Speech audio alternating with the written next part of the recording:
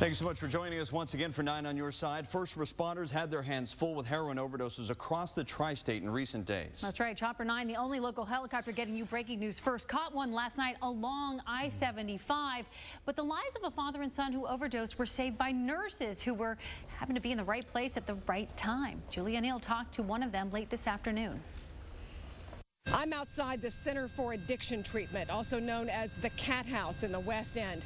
The director of nursing here had just left work. She was headed up 75. She saw the car pulled over with the father and son overdosing, and it's a good thing she did. Kat Engel had come upon a simultaneous father and son overdose on I-75 North in Westchester during rush hour. The vehicle off to the side, thankfully with no crash.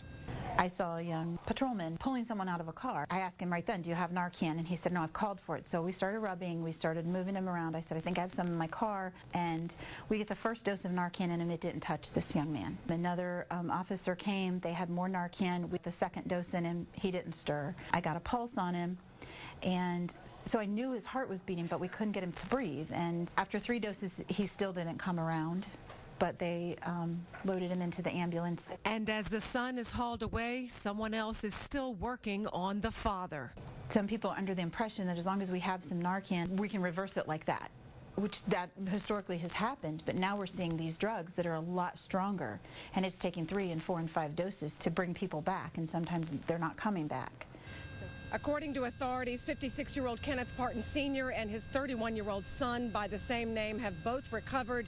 The father now faces charges of possession of drug paraphernalia and OVI. In the West End, Julie O'Neill, 9 on Your Side. 9 on Your Side is constantly looking for ways to improve the heroin situation in our community. Right now on WCPO.com, we have resources if you or someone you know is battling an addiction.